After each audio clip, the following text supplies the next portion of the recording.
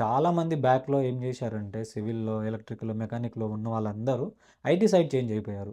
So, ఎందుకు change అయిపోయారంటే like కొన్నిసార్లేమో ఒక 5-10% members మాత్రం కోర్‌లో వాళ్ళకి ఇంట్రెస్ట్ లేక, స్కిల్స్ లేక ఐటీ సైడ్ కొంతమందికి ఇంట్రెస్ట్ ఉండి ఎళ్ళిన వాళ్ళున్నారు.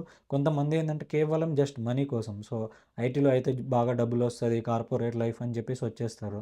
అలా వచ్చినంక సిట్యుయేషన్ మొత్తం చేంజ్ అయిపోయింది.